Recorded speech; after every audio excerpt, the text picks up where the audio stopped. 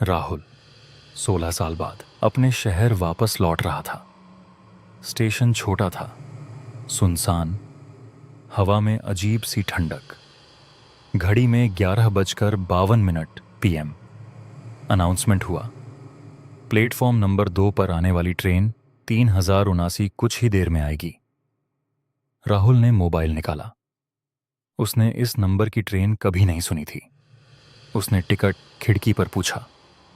Clerk बोला, अगर वो आ गई है तो चढ़ जाओ, लेकिन पीछे मुड़कर मत देखना।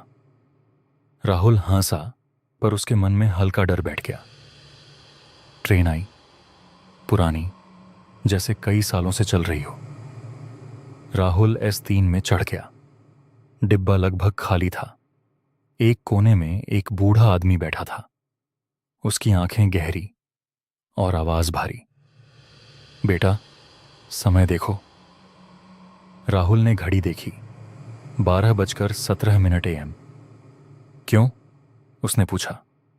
बूढ़ा बोला, यही वो समय है जब सब रुक जाता है। अचानक ट्रेन के अंदर की लाइट टिमटिमाई। ट्रेन चल रही थी, लेकिन बाहर के पेड़ जैसे स्थिर थे। मोबाइल नेटवर्क गायब। घड़ी 12:17 पर अटक गई। डिब्बे में अचानक और लोग दिखाई देने लगे। धीरे धीरे सीटें भर गईं। सब चुप। सबकी आंखें राहुल को घूर रही थीं। अचानक राहुल को याद आया, 5 साल पहले इसी रूट पर एक भयानक हादसा हुआ था। S3 डिब्बा पूरी तरह जल गया था। दुर्घटना का समय 12:17 AM। उसी पल उसे एहसास हुआ, वो जिस डिब्बे में बैठा है वही है। थोड़ी देर बाद टिकट चेकर आया। वर्दी जली हुई, चेहरा धुंधला। नाम? राहुल। वो मुस्कुराया। हर 5 साल में एक नया यात्री आता है, ताकि गिनती पूरी रहे। राहुल घबरा गया। कौन सी गिनती? चेकर बोला, उस रात जितने लोग थे उतने ही अब भी रहने चाहिए। सामने एक छोटा बच्चा बैठा था। भैया, आप उतर सकते हो? कैसे? जब ट्रेन सुरंग में जाएगी उस वक्त दरवाजा खुलेगा। थोड़ी देर बाद ट्रेन अंधेरी सुरंग में घुसी। पूरा डिब्बा काला। सिर्फ 12:17 की घड़ी चमक रही थी। दरवाजा धीरे से खुला। बाहर अंधेरा, पर कहीं दूर हल्की रोशनी। पीछे से आवाज, अगर कूदोगे तो शायद याद नहीं रहेगा कि क्या देखा। राहुल ने हिम्मत की। वो कूद गया। उसने खुद को पटरियों के पास पाया, लेकिन सामने जो स्टेशन था वो वही स्टेशन था, 5 साल पहले का। सब लोग जीवित थे। दुर्घटना होने वाली थी। उसे समझ आया, वो समय के बीच फंस गया है। अब उसके पास 2 रास्ते थे।